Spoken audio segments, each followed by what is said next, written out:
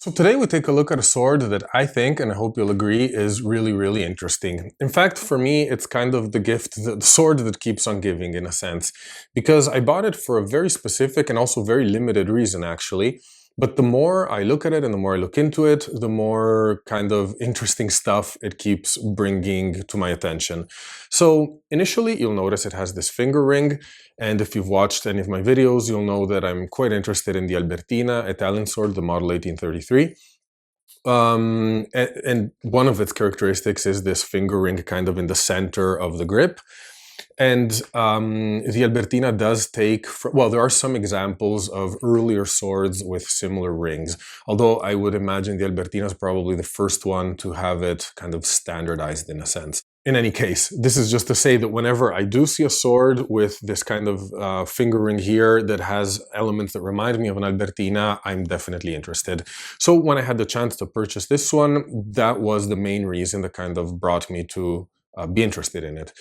A second reason was also this blade that you'll notice is a Colichemarde style blade. So we'll talk about it in another video about Colichemarde, but essentially for those who may not be aware, it's a kind of small sword blade that starts rather thick and then tapers quite dramatically down. And the reason for this is to offer a strong parrying surface at the forte, but also to maintain the nimbleness and cutting or like the agility of the sword in the debole. So in a sense, the best of both worlds. However, what turned out when I got this sword is that this is not the usual Colichemarde style blade. So again, I'll save it for another video, but normally a Colichemarde has a almost triangular section blade, so it has 3 facets, and it's hollow ground in general. You do have some flatter versions, but what seems to be the case with this one is that this may be a blade that was actually reshaped to fit a Colichemarde style. So of course, as with many other things, the Colichemarde has a functional purpose to it, but also there was a time in which it was in fashion. And it's very possible that someone there are actually some examples, although as far as I'm aware, not many, of blades that were shaped to look like Colichemarde, and this is probably in the earlier phase, because of course, to be able to create kind of a deep hollow ground or actually rolled blade, it requires a certain kind of machinery to be able to do the work in a semi-industrial way. So it's very likely that at least some people didn't have the money, or maybe the skill wasn't there yet, and maybe earlier versions were, as I think is in this case, normal swords that were then cut to fit a Colichemarde style. So anyway, I find that to be a very interesting characteristic. What I hadn't looked into so much was the general shape of the hilt instead, because the ring was the interesting thing to me, and then secondarily, perhaps the blade. But when I did receive the sword, the hilt here struck me as actually very interesting because, while it does have the 2 valves here that you'll see in a lot of 18th century swords, for instance, military swords often, it has something that is, at a first glance perhaps, not super apparent, but when you hold it, it kind of pops out, and is these quillins that pop out off the top of the guard here. Now, this isn't super unusual for one quillin, in the sense that you'll have it on a lot of swords, this last quillin between the valves here. But what is more unusual, in my experience at least, is this second quillin kind of just popping out of the shells here. This normally in many of the military swords I was just mentioning, you'll simply find the valves morphing into the knuckle guard, let's say. And this gives it a feel almost of a cross guard, you'll see. So it's almost like a medieval-ish style sword with its cross guard here, over which or on which well, in which was blended 18th century kind of hilt. And this I find rather unusual. So I've been looking around for a while at different hilts of this kind. And recently I've actually found a lot of Swedish swords seem to have this exact style and characteristic. So this isn't to say, of course, that only Swedish swords have this hilt style, especially the bivalve here with the knuckle guard is very, very common. But I have the feeling, at least in my experience, that this crossguard kind of molded into the regular 18th century guard is more something that I see on Swedish swords. So I don't know if this is a Swedish sword. There is one at auction right in these days while I'm recording this video, so I don't know when it will come out, that is essentially the same except for the finger ring here. But it has the same style of Colichemarde blade that looks, at least on pictures, to be a flat version of the Colichemarde blade, and is very, very similar in terms of its hilt. So I don't know. Is this a Swedish sword? At the moment, without having without diving into the literature on Swedish weapons, which I don't have available to me right now, that is my kind of direction of investigation. But of course, if you have any input or opinions, I'm happy to hear. Another characteristic that is quite similar to the Swedish swords is this kind of thick wrapping you'll see here.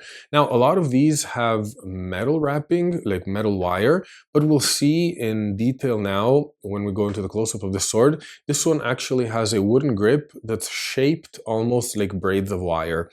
There are grooves where wire would have ran, but it's not exclusively made to kind of house wire. There's also a decorated grip to it. What makes me think that this may be a Swedish sword, even though it has this extra finger ring, is that the finger ring itself is actually not an integral part of the hilt. It's a little bit similar to what we see with those leather rings we see on late 19th century German, like the IOD 89, for example, where, of course, this is made of metal though, but it's kind of similar. So it's simply an extra that when the blade is assembled. So I don't know if this was maybe a choice of an individual officer. That is definitely possible. In any case, a very interesting sword, I feel, and one that is worth looking at in detail right now. Okay, so here is our provisionally Swedish sword. I call it provisionally Swedish because, well, as I mentioned, it's the closest match I can find so far. But without conclusive evidence, I will keep that door open. And if you have input, of course, you're welcome to give it. We'll quickly measure it, roughly, just to get an idea of what we're looking at, just so you can have an idea of what we're looking at, let's say, through the screen.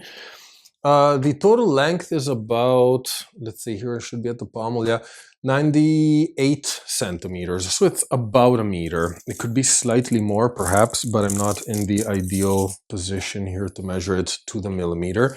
But let's say between 98 and a half centimeters. Now, if we weigh it, which I think I can do quite comfortably here, without touching anything, 785 grams. So heavy, but not a monster of a sword. So we'll take a close-up look at it, perhaps starting from the blade, because I think the hilt is the more unique part of this. Well, it's hard to say, but we'll start with the blade in this case. So you'll notice the Colichemarde effect here, you'll see it right here, is this transition from a rather broad shape here, meant as a traditional blade in a sense for parrying. It's the actual forte of the blade. And here we transition into a way thinner, more nimble kind of tip.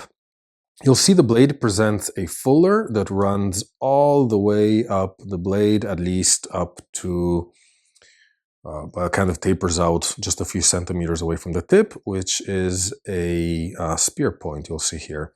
The blade is sharp on both sides. It's not razor sharp anymore, but I wouldn't want this kind of slashing at me because it could still probably do damage. Now, the reason why I think this may be an adapted older blade rather than one that was forged as a Colichemarde one is the fuller, essentially. In most of the ones I've seen, the flat Colichemardes I see, they have more almost like a hexagonal shape to them. They don't have this fuller. And the transition between the forte here, the broad side of the Colichemarde, or the identifying part of the Colichemarde blade and the thinner side here is way more clear. So you really see that they're two different, so you may go from a hexagonal section here, I think, to like a lenticular section or something like that. You have more complex, like multi-cross sections in a sense.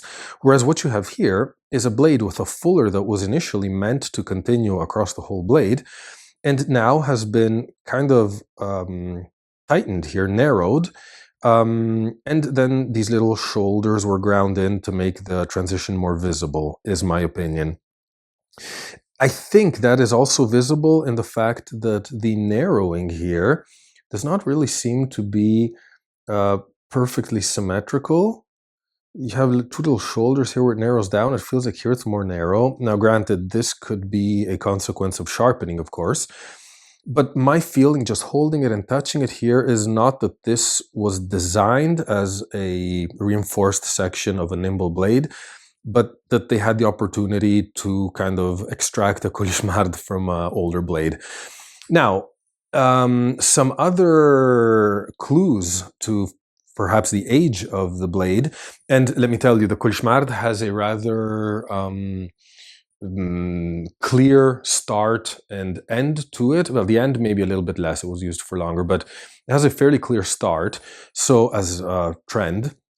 So perhaps if this kind of decoration here proves to be earlier than the appearance of the Colichemarde, then it would definitely point even more securely towards this being an adapted blade. But this is research I still have to do. So what we'll see here, however, in terms of the decoration, is it has some beautiful engravings, although perhaps not the most refined. You have all the motifs you see on a lot of 17th century swords. So you have like a star, you have some abstract motifs that unfortunately are slightly damaged. You have a military panoply here. There's a drum and some other elements that are hard to discern. Here's more decoration. This, could it be a monogram? I doubt it. It looks more like abstract decoration. However, a lot of the Swedish swords of this kind I've seen have royal monograms. So like for the different Carolus, so from the Carolean troops. I don't know if this would be one of those, but just saying what I've found so far. And then we have this beautiful moon. It's not anymore very visible, but you can definitely see the nose there, moon and stars. These are very common kind of decoration motifs you'll see on swords of the 17th century. On the other side, of course, we have the sun. This is even less visible, sadly. But I hope it does come through on video. Then we have, again, whatever motifs aren't very visible there. We have another panoply. This one is slightly different, but it's hard to make out, unfortunately. Again, the motif here with like a serpentine decoration here, some kind of floral decorations, and then again the star. So if these motifs prove to be indeed 17th century, perhaps maybe even datable within the 17th century, these could explain a lot about the origin of this sword. Moving on to the ricasso area here, the shoulder. We see it ends kind of in a flat shoulder section here. It's not sharp. However, the forte here has already been sharpened as well. So this again lends to the idea of an adapted blade. If this was designed to parry, I don't know if they would have gone through the effort of sharpening even the area that wasn't meant to cut. Moving on to the hilt. So as I mentioned, moving on to the hilt. As I mentioned, you'll notice here the bivalve kind of design. You find this on a lot of swords, in a lot of different formats too. So a lot of different models and types of swords took this kind of bivalve shape and then elaborated it in different formats in different ways.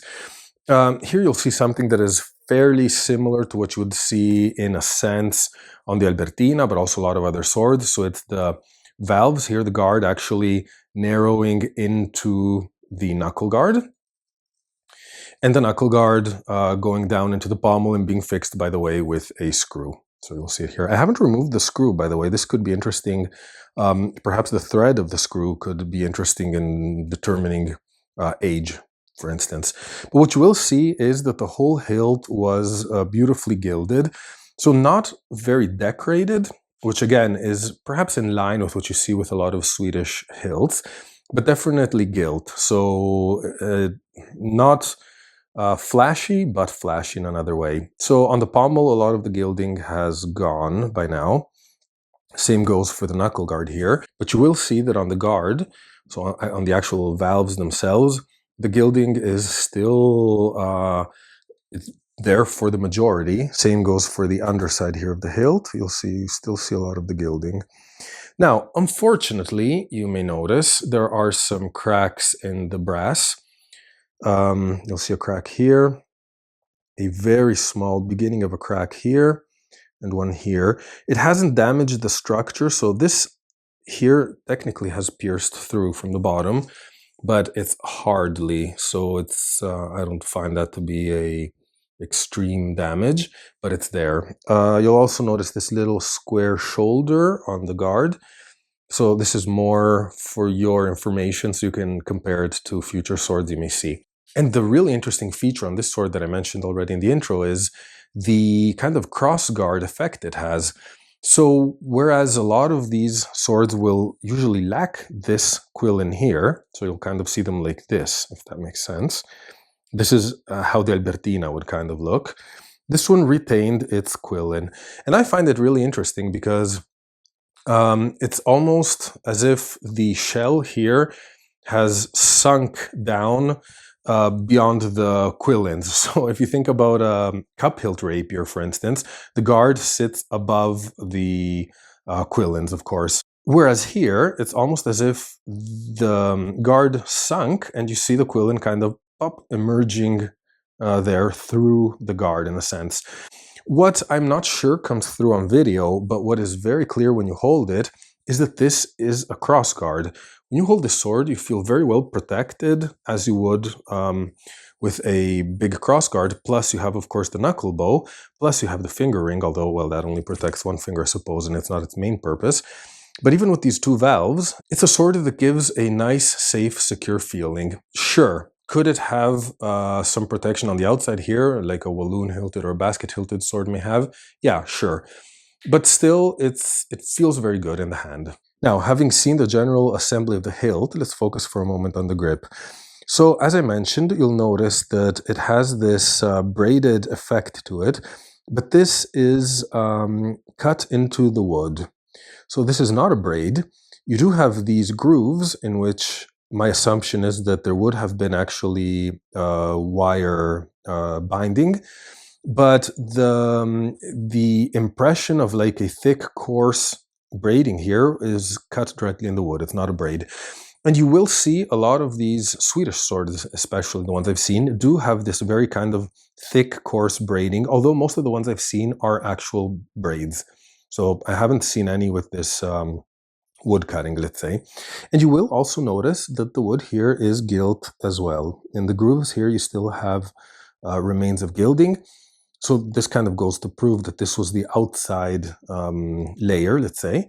And I just find that very interesting and rather unusual in my experience. And moving on to the finger ring, which was the first reason why I bought it, but is, I guess, not anymore the main point of interest in this sword for me. You'll notice, as I mentioned, that it's not an integral part of the hilt. So in fact, actually, if you kind of put some pressure on it, you can feel it move a little bit, wobble a little. So it's fixed in place through this ring here.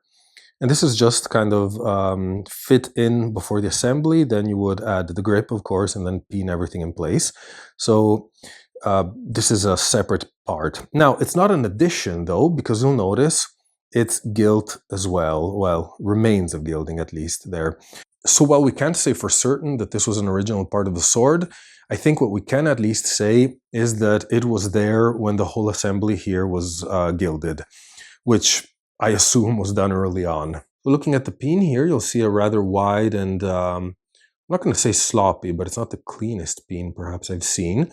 There is a slight sign perhaps of a couple of hammer blows here, but I think they look worse on camera than they do to the naked eye. To the naked eye, it doesn't seem... You can see that the steel here of the tang has patinated over time. It has had time to age. So personally, I don't think this is like a composite or something that has been tampered with. And this is especially confirmed to me now by the fact that I have seen very similar swords with very similar blades for sale. It's not the fact that they're for sale that confirms it, but the fact that they exist in such a similar configuration makes me think that this is probably built this way and authentic the way it is, which is very good news for me because I didn't know. I bought it as a possible composite. I was, as I mentioned, interested more in the ring and the odd Colichemarde blade. So open to hear your feedback, your input. If you know about this sword, if you have opinions, suspicions, theories, leave them in the comments. I'm definitely happy to discuss them. So I hope you enjoyed it, and I'll see you soon in another sword video. Thank you for watching, and don't forget to subscribe, please. That really helps the channel. So if you've made it to the end of the video, just maybe that extra step and subscribe. Thank you very much, and see you soon in another sword video. Bye.